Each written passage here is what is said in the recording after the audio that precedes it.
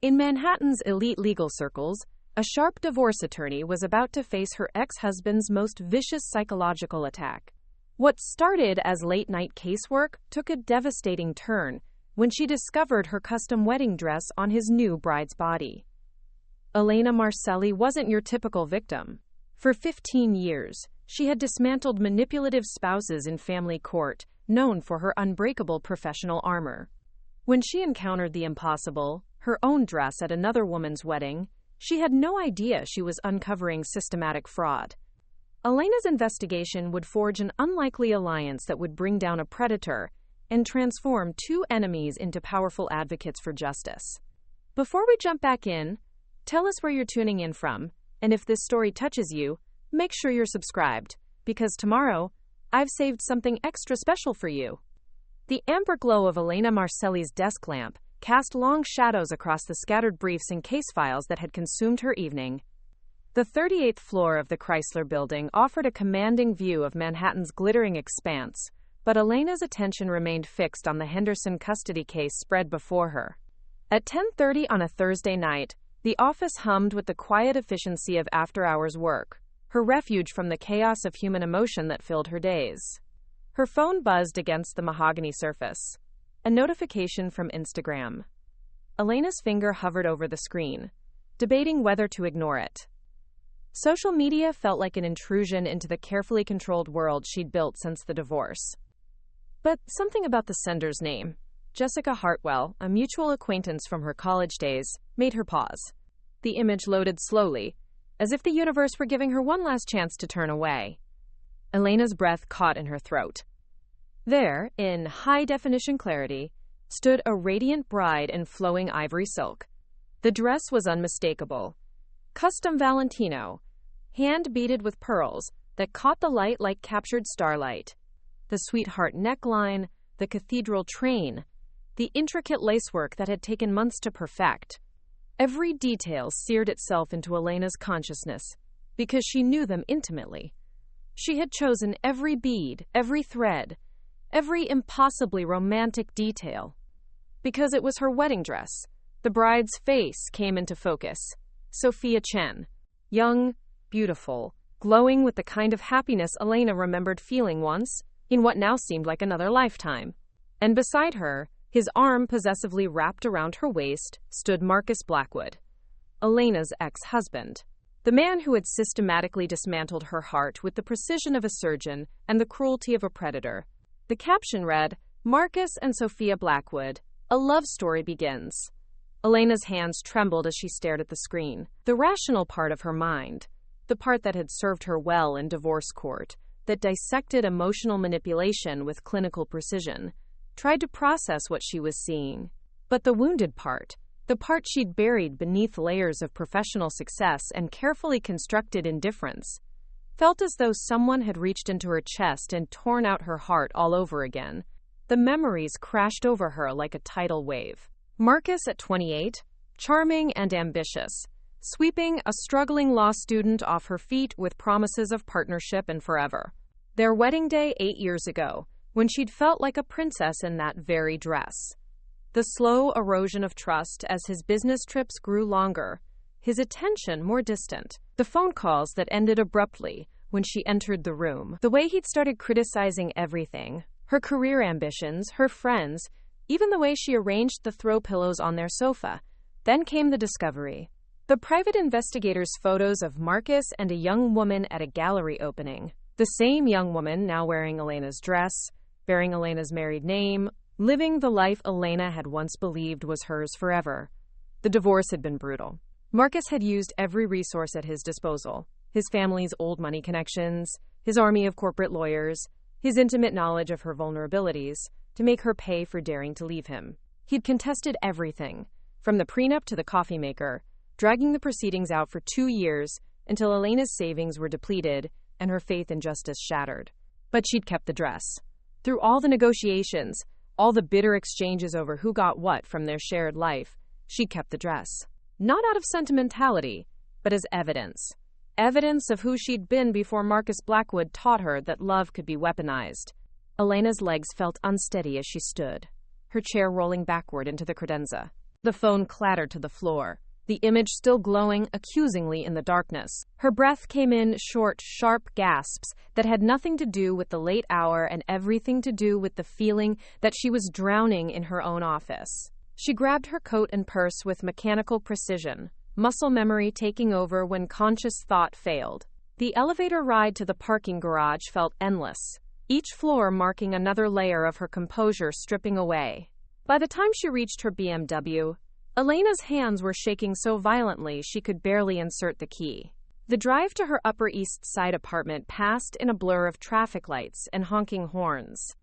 Elena's mind raced between rational explanations, coincidence, similar dress, optical illusion, and the growing certainty that Marcus had found a new way to torture her. Even from the grave of their marriage, he continued to wield power over her peace of mind.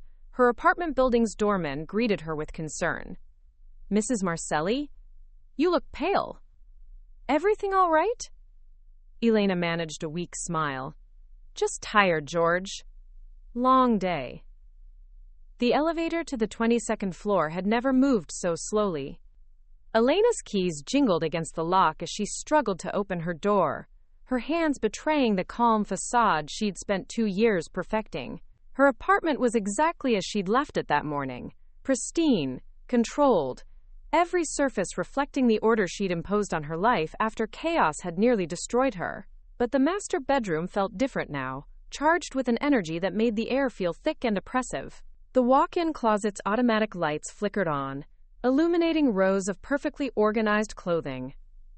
Business suits in charcoal and navy, cocktail dresses she rarely wore anymore. And there, in the far corner, protected by a garment bag that hadn't been opened in 2 years, hung her wedding dress. Elena's knees buckled as she approached it. With trembling fingers, she unzipped the bag, and the familiar scent of preservation spray and old dreams wafted out. The dress hung exactly as she'd left it, every bead in place, every fold carefully arranged. But if her dress was here, then what had Sophia been wearing? The question hit her like a physical blow, forcing her to grip the closet's doorframe for support. Elena sank to the floor, her back against the wall, staring at the dress that had once represented her brightest hopes and now served as a monument to her deepest humiliation. Her phone buzzed again. A text from James Morrison, her law partner and closest friend. "Saw you left the office. Want to talk about the Henderson case tomorrow?"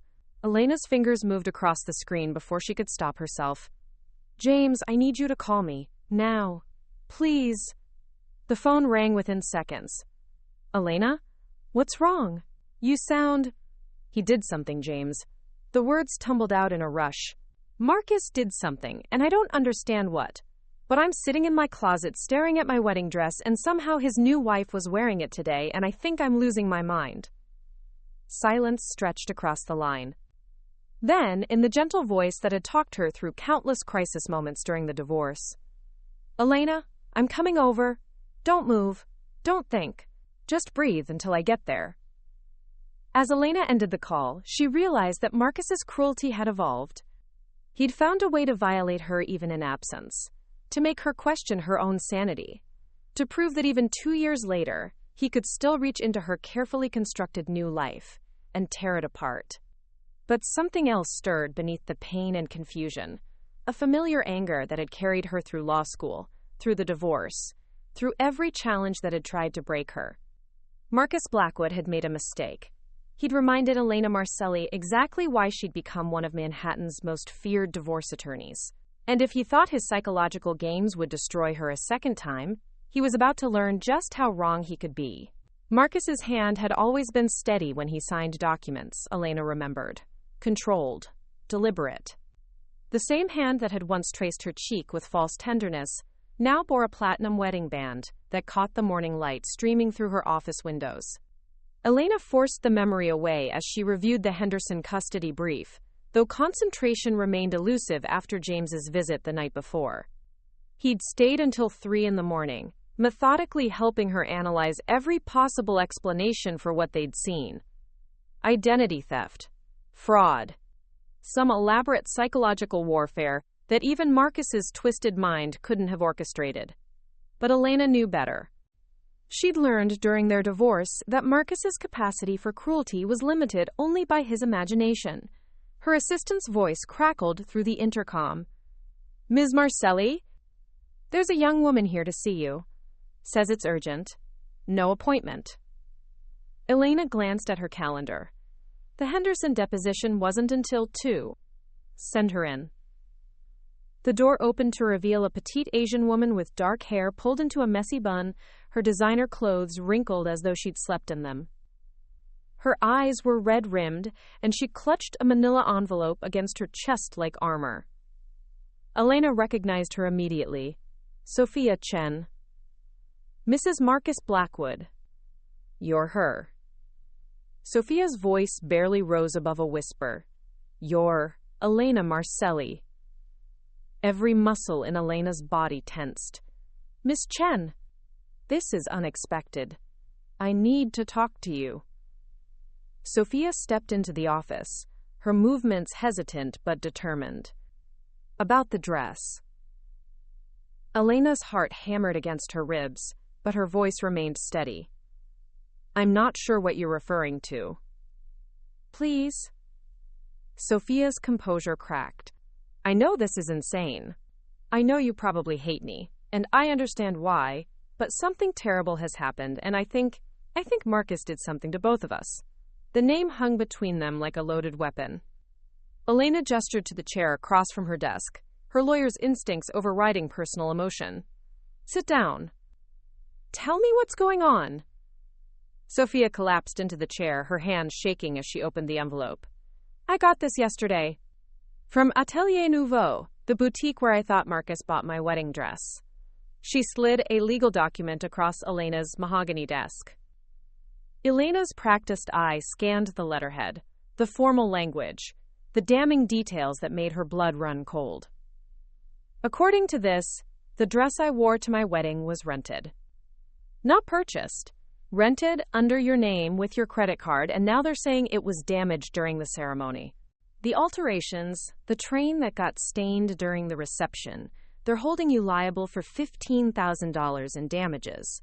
Elena's fingers traced the document's edges. Her name was there, printed in black ink. Her address. A credit card number she didn't recognize, but that somehow belonged to her account. "This is impossible," Elena murmured, though even as she said it, she remembered Marcus's connections, his resources, his talent for making impossible things happen when it served his purposes. "I've been thinking about it all night," Sophia continued, her words tumbling over each other. "Marcus told me he wanted to surprise me with the perfect dress. He handled everything, the appointment, the fitting, the payment. I never saw any paperwork. I thought it was romantic." Elena looked up from the document. "And now? Now I think he planned this whole thing. But why? What could he possibly gain from involving you in our wedding?" The question pierced through Elena's professional detachment. She stood and walked to the window, staring down at the bustling street below. People hurried past on the sidewalk, wrapped up in their own dramas, unaware that 23 floors above them, 2 women were discovering the depths of one man's vindictiveness. "You really don't know, do you?" Elena's voice carried a mixture of pity and disbelief. "You don't know what kind of man you married?" "I thought I did." Sophia's voice cracked. "But last night, after I got this letter, I started asking questions. About his first marriage. About you. And Marcus, he got angry. Really angry. He said you were a vindictive bitch who would do anything to destroy his happiness, and that I was stupid for believing your lies." "What lies?" "I never said anything about you. That's what scared me. He was responding to accusations I never made." Elena turned back to face Sophia, seeing her clearly for the first time. Not as the other woman, not as Marcus's prize, but as another person caught in his web of manipulation. "Tell me about the dress," Elena said quietly. "Every detail you remember." Sophia closed her eyes, accessing the memory. "Ivory silk, hand beaded with pearls, sweetheart neckline with a cathedral train. The most beautiful thing I'd ever seen. Marcus said it was custom made, that he'd worked with the designer for months to create something worthy of our special day." Each word was a knife twist. Elena's dress, described with reverent precision by the woman who'd worn it to marry Elena's ex-husband. The fitting was strange, though, Sophia continued. Everything was perfect, like it had been made for someone with my exact measurements.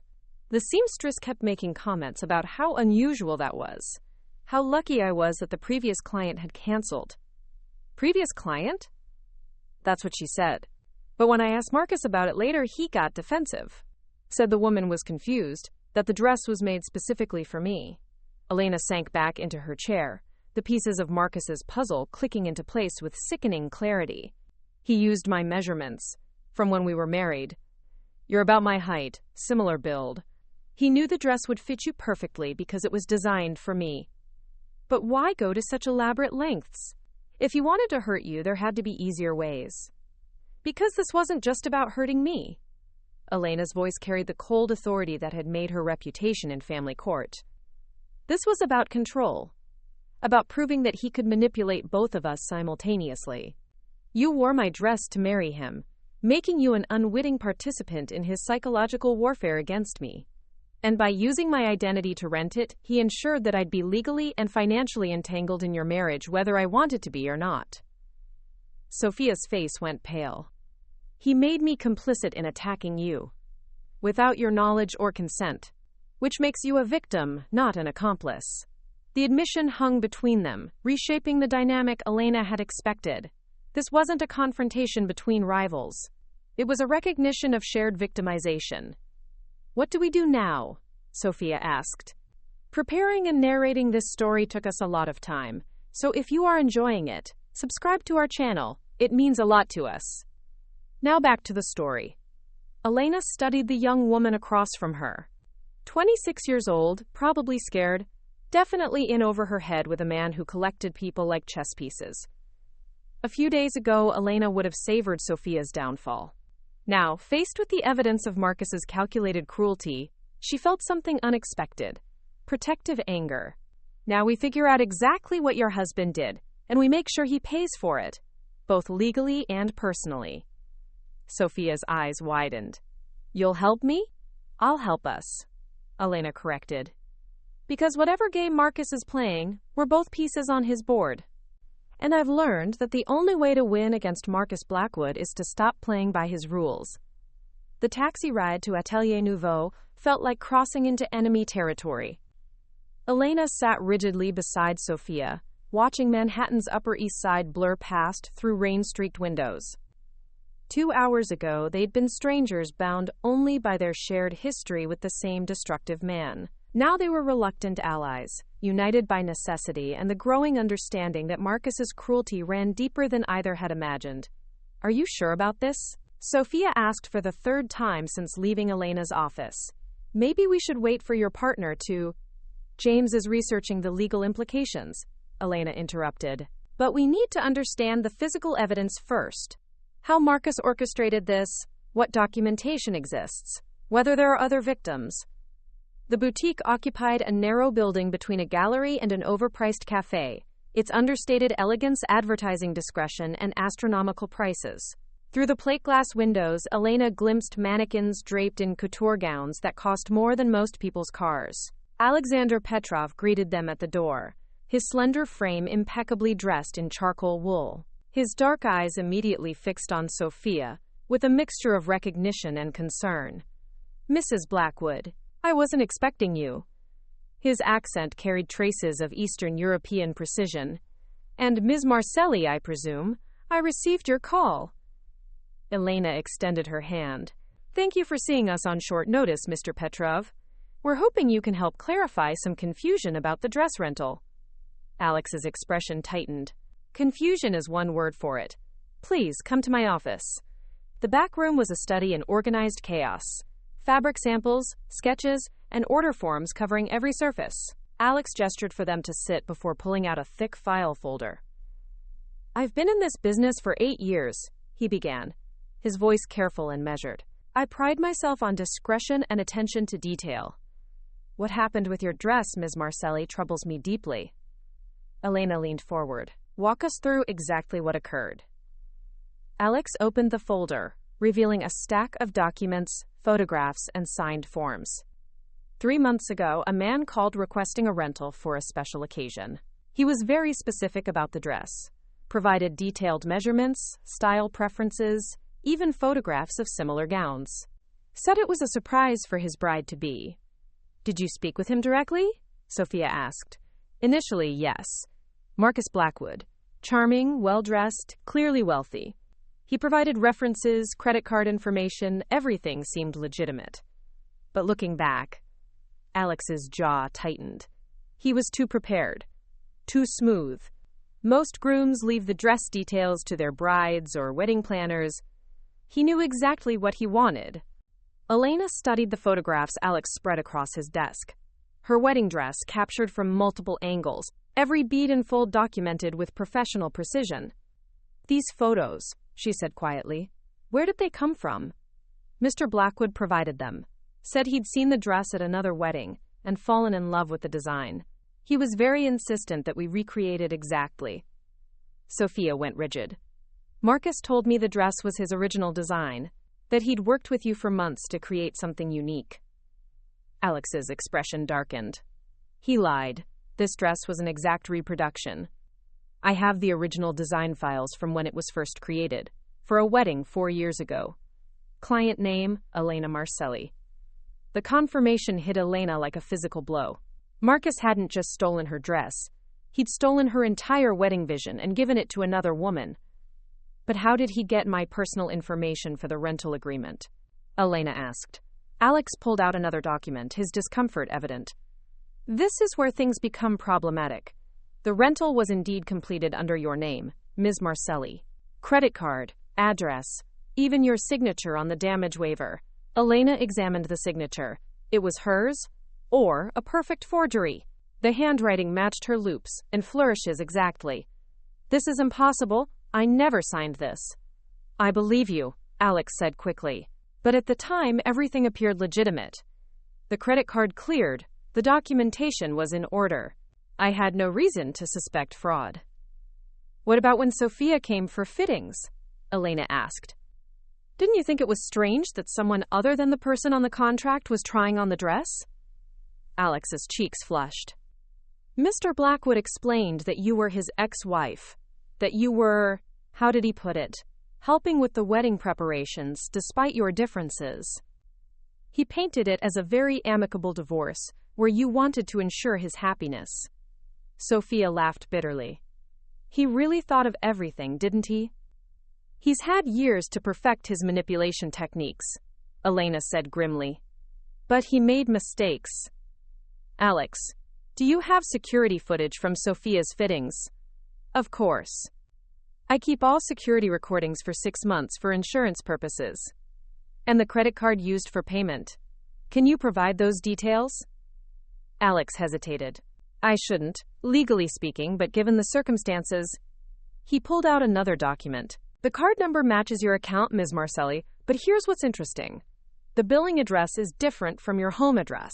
It's a P.O. box in Midtown.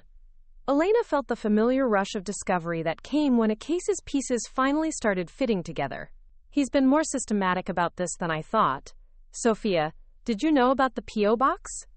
I don't know anything anymore, Sophia admitted, her voice strained. Every detail of my relationship, my marriage, my wedding, it's all built on lies. The office door chimed, and Alex glanced at his security monitor. His expression shifted to professional alertness. We have company, he announced. A woman in a police jacket. Detective, from the look of it. Elena exchanged glances with Sophia. Were you expecting police involvement?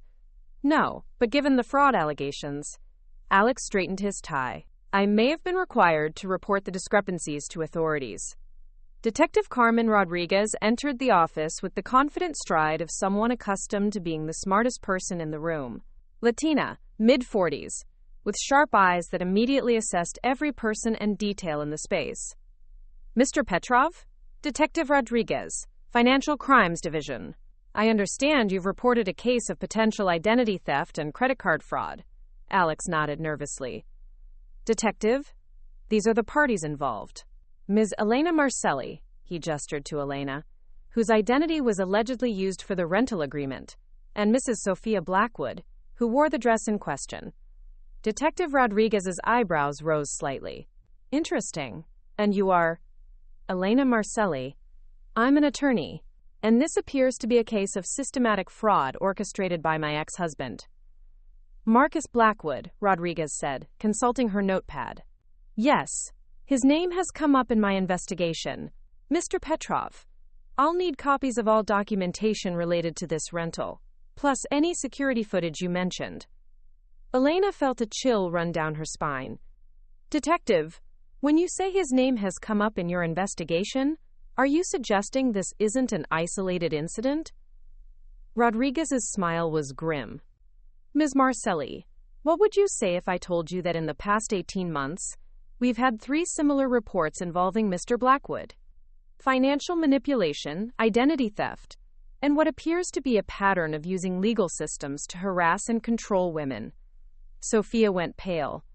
3 other women? 3 other cases. Different circumstances, but the same methodology. Your ex-husband, Ms. Marcelli, appears to have turned psychological abuse into an art form. Elena felt her professional composure slip as the full scope of Marcus's operation became clear. This wasn't just about her dress or her wedding memories. This was about a man who had systematically weaponized legal and financial systems to torture multiple women. Detective, Elena said, her voice carrying the authority that had built her reputation, I think it's time we had a much longer conversation. And I think it's time Marcus Blackwood learned what happens when his victims stop running and start fighting back. Rodriguez nodded approvingly. Ms. Marcelli, I was hoping you'd say that. Because we're going to need your expertise to finally put this bastard away. The alliance had shifted again. No longer just Elena and Sophia against Marcus. Now they had law enforcement on their side, and the growing understanding that their fight was bigger than their personal grievances. They were fighting for every woman Marcus had victimized, and every woman he might target in the future. Marcus had made one critical error in his psychological warfare. He'd assumed his victims would remain isolated, ashamed, and powerless. He was about to discover just how wrong that assumption could be. Marcus had always been meticulous about his office. Every document filed, every surface polished, every detail controlled. Sophia remembered admiring that quality during their courtship, mistaking his obsessive organization for reliability. Now, as she photographed financial records with her phone while he attended a board meeting, she understood it differently. Marcus didn't organize to create order. He organized to maintain control. Elena's voice crackled through the wireless earpiece Detective Rodriguez had provided. Focus on anything with offshore accounts or shell companies. James found 3 similar patterns in his research on Marcus's other victims. Sophia's hands trembled as she opened another filing cabinet. 24 hours ago, she'd been a newlywed planning her honeymoon. Now she was conducting espionage against her own husband, learning that the man she'd married was a serial psychological predator. There's a folder labeled EM Project, Sophia whispered. Should I? That's about me. Elena's voice was tight. Photograph everything. The folder contained dozens of documents, copies of Elena's law school transcripts, employment records, even therapy notes from after their divorce. Marcus had been building a psychological profile, mapping Elena's vulnerabilities with clinical precision. But underneath those familiar documents lay something unexpected. Similar files for 3 other women. Sarah Patterson, financial analyst. Miranda Torres, marketing executive. Jennifer Walsh, pediatric nurse. Each folder contained the same invasive details: employment history, financial information, personal relationships. Elena, Sophia breathed, he's been planning this for years. There are files on multiple women. Back at Elena's law firm, James Morrison reviewed Detective Rodriguez's case files while Elena processed Sophia's discoveries. Each revelation painted a more disturbing picture of Marcus's systematic approach to psychological warfare. Pattern recognition was always Marcus's strength, Elena told James, her voice hollow. During our marriage, he could predict my reactions to situations I hadn't even considered yet.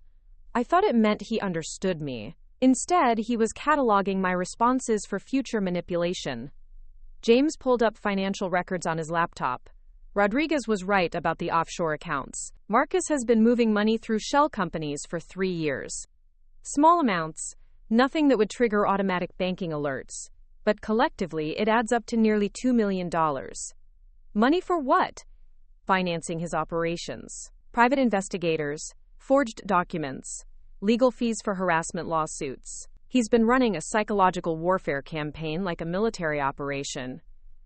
Elena's phone buzzed with photos from Sofia. The images revealed Marcus's master plan in horrifying detail, a systematically organized campaign designed to destroy multiple women's lives while enriching himself through their pain. We need to accelerate our timeline, Elena decided. If Marcus realizes Sofia is investigating him, he won't just get suspicious, James finished grimly. He'll get dangerous. In Marcus's penthouse, Sofia carefully replaced the last file, her heart hammering against her ribs. She'd gathered enough evidence to destroy him, but the emotional cost was devastating. Every document proved that their entire relationship had been built on lies, that she'd never been a wife, only a target. The elevator chimed in the distance. Marcus was home early. Sofia closed the filing cabinet and moved to the kitchen, forcing her hands to remain steady as she poured wine. When Marcus entered, his smile was perfectly calibrated, warm enough to seem genuine, controlled enough to maintain dominance. "How was your day, darling?" His voice carried the same tone she'd once found charming. Now it sounded like a predator asking if the trap had been effective. "Quiet," Sofia replied, meeting his eyes. "I've been thinking about our honeymoon plans." Marcus moved closer, and Sofia fought every instinct that screamed at her to run. Instead, she smiled and accepted his kiss, tasting the deception that had always been there, hidden beneath the surface of their romance.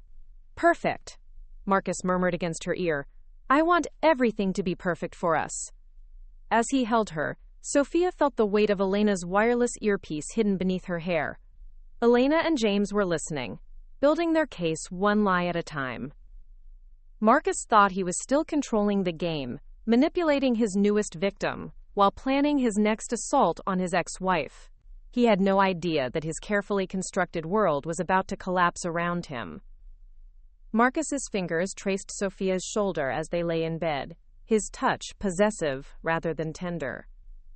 3 days had passed since her first meeting with Elena, and maintaining her facade was becoming increasingly difficult.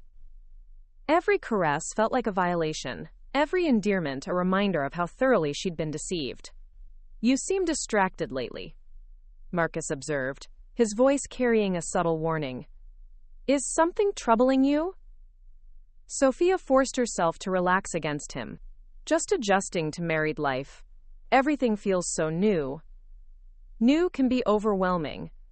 His tone grew thoughtful, almost therapeutic.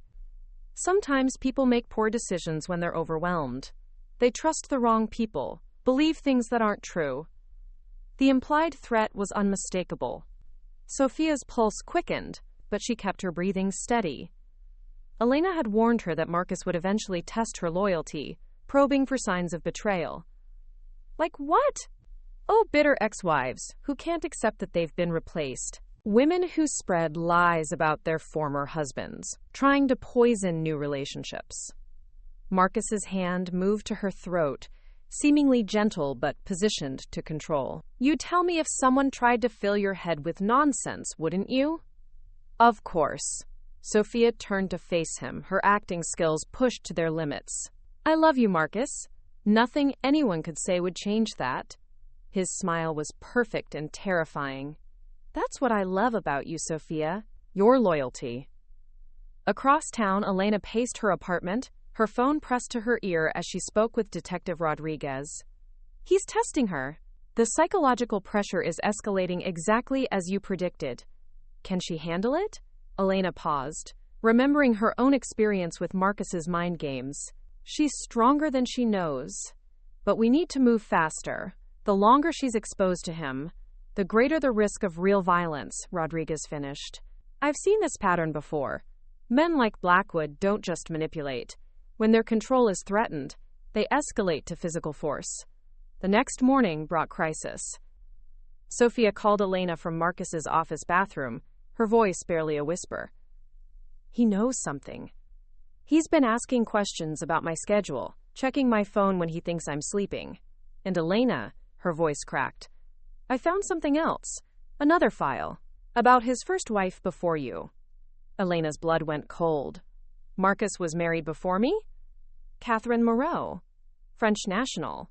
The file says she died in a car accident 3 years into their marriage. But there are insurance documents, police reports. Elena, I think he might have. The line went dead.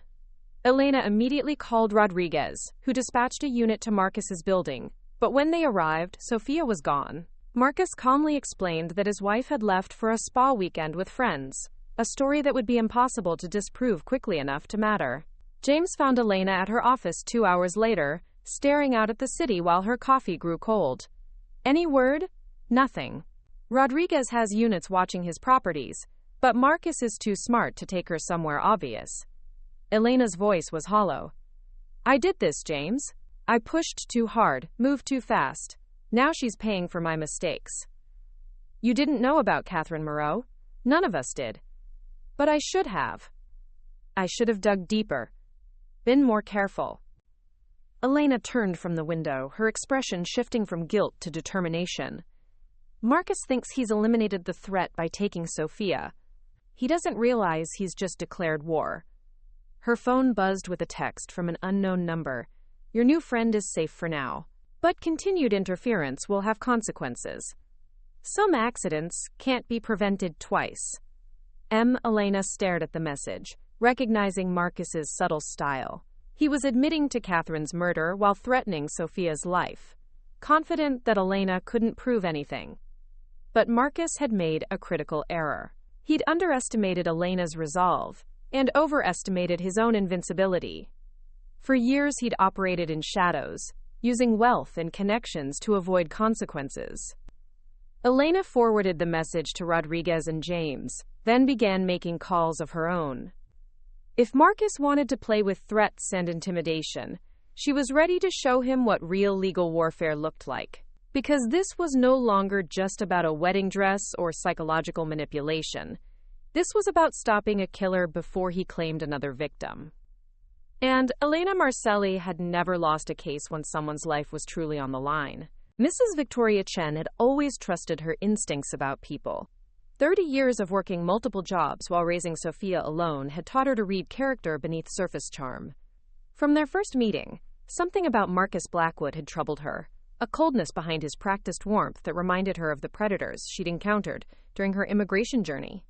Now, sitting in Elena's apartment at 2 a.m, Victoria spread her own investigation across the coffee table, while Elena and Detective Rodriguez watched in amazement. You conducted all this research yourself? Rodriguez asked, examining bank records and employment documents. I am accountant by training, Victoria replied in accented English. Before Sophia was born, I worked for immigration law firm. I know how to find hidden information. Elena studied the timeline Victoria had constructed. When did you start investigating Marcus? Wedding day. During reception, he spoke to catering manager very harshly over small mistake with wine service. I saw his real face for first time. Man who screams at workers over nothing will hurt my daughter eventually. The evidence Victoria had gathered was damning. Marcus's real estate empire was built on a foundation of shell companies and illegal offshore accounts. His previous wives hadn't just died or divorced. They'd been systematically destroyed financially before their exits from his life. Catherine Moreau, Victoria continued, pulling out a thick folder. Official story says car accident, but insurance investigation found brake line tampering. Case closed when Marcus provided alibi, business trip to Singapore, but I found credit card records. He never left New York that weekend. Rodriguez leaned forward. How did you access credit card records? Victoria's smile was cryptic. I have friends from old country. People who understand sometimes official channels fail women who need help. Elena felt a surge of respect for this woman who had quietly built a case that could finally bring Marcus down. Where do you think he's taken Sophia? His grandfather's hunting lodge, upstate near Lake George. Property not in his name, held by family trust from 1970s. Most people forget it exists. Rodriguez was already on her phone, coordinating with state police. Elena grabbed her coat, but Victoria stopped her. "You cannot go there. Too dangerous. And Marcus, he expects you to come, is part of his plan." "I don't care about his plans. Sophia is in danger because of me." "No," Victoria's voice carried steel. "Sophia is in danger because she married Monster. But she is also smart, strong girl, like her mother was at that age. She will survive until help arrives." At the hunting lodge, Sophia had indeed been drawing on reserves of strength she hadn't known she possessed. Marcus had brought her here under the pretense of a romantic getaway, but his mask had finally slipped completely. The charming husband was gone, replaced by the cold predator who had killed at least one woman and destroyed countless others. "You've been very busy, haven't you?" Marcus sat across from her in the lodge's main room, his voice conversational despite the rope binding her to the chair. "Meeting with my ex-wife, sharing confidences with Detective Rodriguez. Did you really think I wouldn't notice?" Sophia met his gaze steadily. "I think you've been underestimating women for so long that you've forgotten we're capable of fighting back." Marcus laughed, the sound echoing off the wooden walls. "Fighting back?" "Sophia, you're tied to a chair in a place no one will think to look. Elena is probably going insane with worry right now, which was always part of the plan. You see, I needed a way to destroy her completely, and you've provided the perfect method. By making her feel responsible for my death?"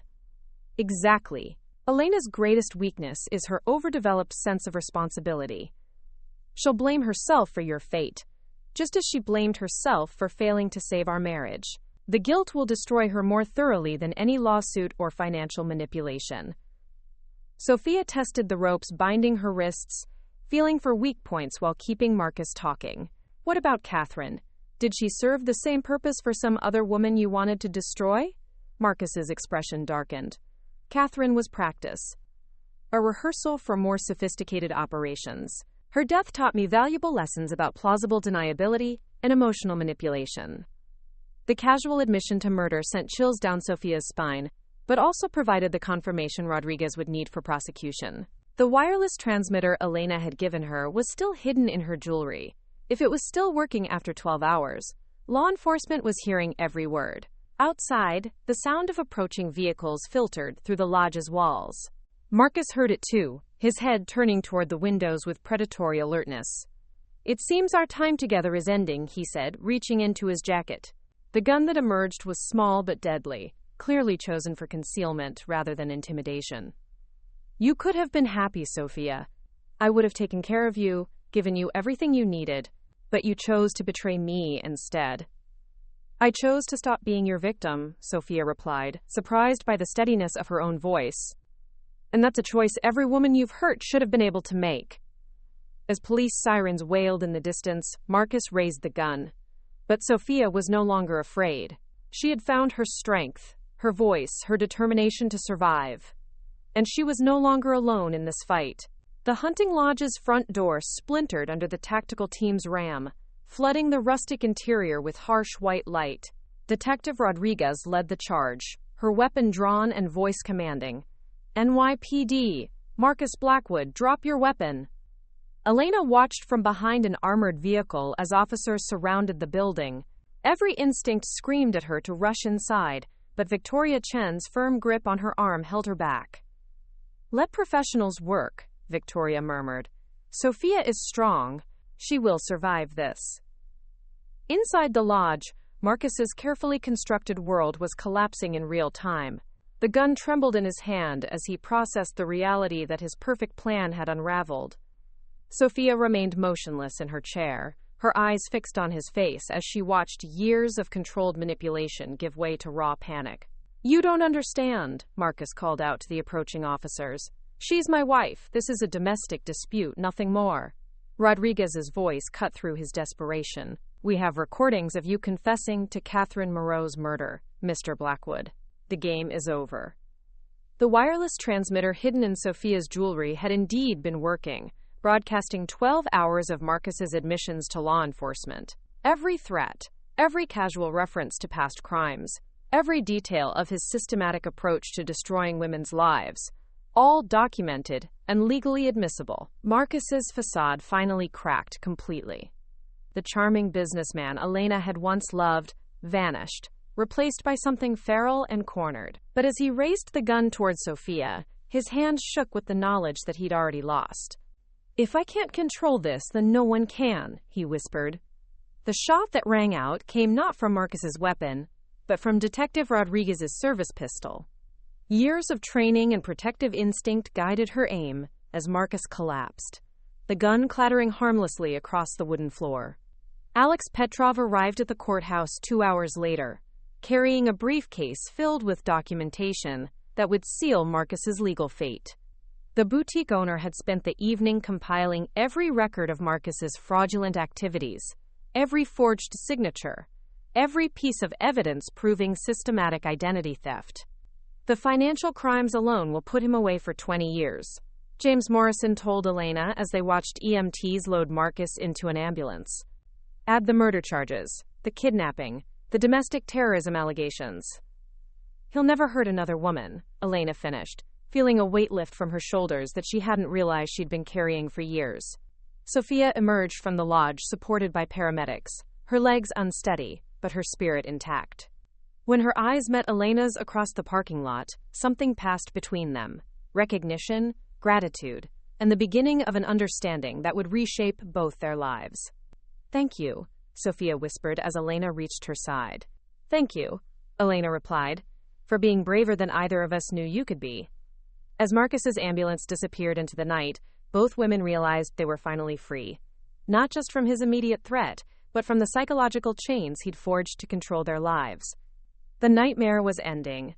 The healing could finally begin. 6 weeks later, Elena found herself in an unexpected place: therapy. Dr. Sarah Hamilton's office was designed to be calming. Soft lighting, comfortable chairs, tissues strategically placed. But facing the truth about her marriage to Marcus required confronting years of denial and self-blame. "I knew something was wrong," Elena admitted, her voice barely above a whisper. "Even during our engagement, there were signs. The way he isolated me from friends, criticized my career ambitions, made me feel like I was lucky he'd chosen me." Dr. Hamilton nodded encouragingly. "Recognizing those patterns doesn't make you complicit in his abuse, Elena. It makes you human." Across town, Sophia was having a similar conversation with her own therapist while sitting beside her mother. The annulment proceedings were moving quickly. Marcus's arrest had provided grounds for voiding the marriage based on fraud and duress. "I feel so stupid," Sophia confessed. "How could I not see what he really was?" Victoria Chen squeezed her daughter's hand. "Predators are skilled at hiding their nature. That is how they survive, how they find victims. Your intelligence did not fail you. His deception was simply very sophisticated." The legal proceedings were moving forward with remarkable speed. Detective Rodriguez had built an airtight case combining financial fraud, identity theft, kidnapping, and first-degree murder charges. Marcus's team of expensive lawyers found themselves overwhelmed by the sheer volume of evidence. Elena had returned to her law practice with renewed purpose, but her approach had changed. Where once she'd focused solely on winning, now she prioritized helping clients heal from the trauma that had brought them to family court. "You're different," James observed during a partner meeting. "More patient with clients. More focused on emotional recovery rather than just legal victory." "I learned something important," Elena replied. "Sometimes the real victory isn't defeating your opponent. It's reclaiming your own life." The friendship between Elena and Sophia had deepened beyond their shared trauma. They met weekly for coffee, initially to discuss the ongoing legal proceedings, but increasingly to simply talk about art, about careers, about the futures they were building free from Marcus's shadow.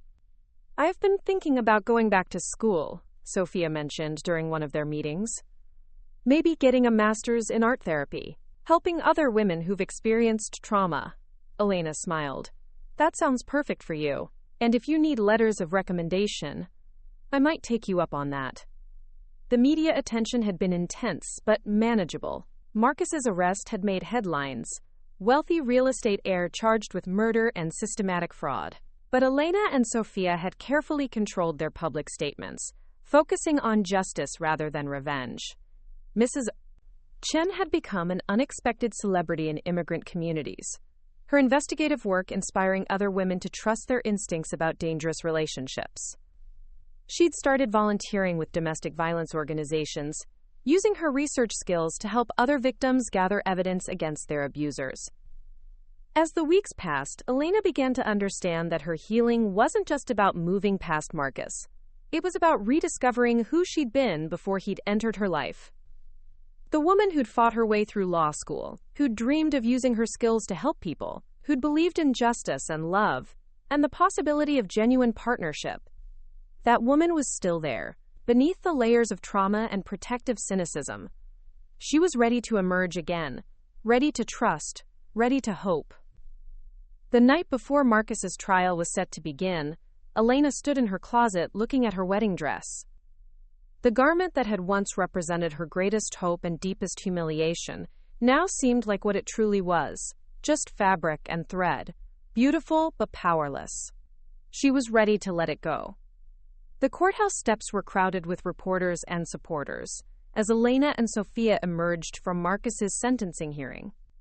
Life without parole plus 50 years, a verdict that ensured he would never again threaten another woman's safety. How does it feel to finally have justice? A reporter called out. Elena paused, considering her words carefully. Justice isn't just about punishment. It's about the opportunity to rebuild, to heal, to help others who are still trapped in situations we escaped from. 6 months had passed since the trial's conclusion, and both women had used that time to transform their lives completely. Sophia's art therapy practice was thriving, serving women who'd experienced domestic violence and financial abuse. Her client base grew through word-of-mouth recommendations from survivors who found healing through creative expression. Elena had restructured her law firm to focus primarily on pro bono domestic violence cases, using the settlement money from Marcus's seized assets to fund legal aid for women who couldn't afford representation. James had initially worried about the financial implications, but the firm's reputation for helping trauma survivors had attracted clients willing to pay premium rates for compassionate legal expertise. "You've changed the entire culture of this practice," James observed during their weekly strategy meeting. "Clients trust us in ways I've never seen before. When you've survived what we have, you recognize others who need help," Elena replied. "It's not about changing our approach. It's about being authentic about why we became lawyers in the first place." The friendship between Elena and Sophia had become the foundation for both women's healing journey. They'd traveled together, attended therapy sessions when needed for mutual support, and gradually learned to trust their instincts about relationships again. Elena had even begun dating, carefully, slowly, but with genuine hope. Dr. Hamilton had helped her recognize that her capacity for love hadn't been destroyed by Marcus's manipulation. It had simply been buried beneath necessary protective mechanisms. James had finally worked up the courage to express his feelings, and to both their surprise, Elena had found herself ready to explore the possibility of romance with someone who'd witnessed her at her most vulnerable and still believed in her strength. "We're taking it very slowly," Elena explained to Sophia during one of their coffee meetings. "But it feels safe, real, like something I'm choosing rather than something that's happening to me." Sophia had met someone too, a fellow art therapist who understood trauma and healing. Their relationship was built on mutual respect and shared professional interests rather than financial dependency or emotional manipulation. "It's strange," Sophia mused, "learning what healthy love actually feels like. I keep waiting for the other shoe to drop, for him to reveal some hidden agenda. But there isn't one," Elena pointed out. "That's what makes it healthy." Mrs. Chen had become a sought-after speaker at domestic violence conferences, sharing her investigative techniques and encouraging other family members to trust their protective instincts. Her work had led to the identification and prosecution of 3 other financial predators operating in immigrant communities. The final chapter in their Marcus story came when Elena donated her wedding dress to a nonprofit that provided formal wear for women re-entering the workforce after escaping abusive relationships. The garment that had once represented her naive dreams of perfect love would now help other women present themselves professionally as they rebuilt their lives. "Are you sure about this?" Sophia asked as they watched the dress being carefully packed for donation. "I'm sure," Elena replied. "It served its purpose in my life. It taught me about hope, about disappointment, and about resilience. Now it can serve someone else's fresh start." As they left the donation center, both women reflected on how completely their lives had been transformed. Marcus had intended to destroy them both, to prove his power by orchestrating their mutual destruction. Instead, his cruelty had forged an unbreakable bond between two strong women who'd learned that survival wasn't enough. They deserved to thrive. The sun was setting over Manhattan as Elena and Sophia parted ways, each heading toward lives that were authentically their own. Tomorrow would bring new challenges, new clients to help, new opportunities to use their experience in service of justice. But tonight, they were simply two friends who'd found their way back to hope, carrying forward the knowledge that even the most elaborate schemes of psychological warfare could be defeated by women who refused to remain isolated and afraid. Marcus Blackwood's reign of terror was over. Their real lives were just beginning. 2 years after Marcus Blackwood's sentencing, Elena Marcelli stood at the podium of the New York State Bar Association's annual conference, looking out at an audience of attorneys, judges, and advocates. The woman who had once hidden her trauma behind professional armor now spoke openly about survival, justice, and the unexpected alliances that could emerge from the darkest circumstances. "When my ex-husband orchestrated an elaborate scheme involving a wedding dress," Elena began, her voice steady and confident, "he believed he was demonstrating his power to manipulate and control. What he actually did was create the foundation for one of the most meaningful friendships of my life, and a legal partnership that has helped hundreds of women escape similar situations." In the audience, Sophia Chen Morrison, she'd legally changed her name after her marriage to David Morrison, James's younger brother, smiled with pride. Her art therapy practice had expanded into a full treatment center, funded partially by the civil settlement from Marcus's seized assets, and partially by donations from women they'd helped over the past 2 years. Detective Carmen Rodriguez, now promoted to lieutenant and heading the department's new domestic financial crimes unit, sat in the front row taking notes. The investigative techniques pioneered during Marcus's case had become standard protocol for identifying and prosecuting systematic abuse cases. "The statistics tell us that financial abuse affects 95% of domestic violence cases," Elena continued. "But statistics don't capture the human cost. The women who stay in dangerous situations because their credit has been destroyed, who can't leave because they don't have access to their own money, who are systematically isolated from support networks through economic manipulation." Mrs. Victoria Chen watched from the balcony, surrounded by members of the immigrant women's support group she'd founded. Her investigation techniques were now taught in workshops across the country, empowering families to protect their daughters from predatory relationships. Elena's presentation included case studies, anonymized but powerful stories of women who'd been trapped by financial manipulation and systematic psychological abuse. Each case showed the pattern Marcus had perfected: isolation, financial control, legal harassment, and ultimately the threat of violence when control was challenged. "But here's what Marcus Blackwood and men like him never understood," Elena said, her voice growing stronger. "When you target strong women, you don't destroy them. You forge them into something more powerful than they ever imagined they could be." The audience erupted in applause as Elena introduced her co-presenter, Sophia, who had become a nationally recognized expert in trauma-informed art therapy and financial abuse recovery.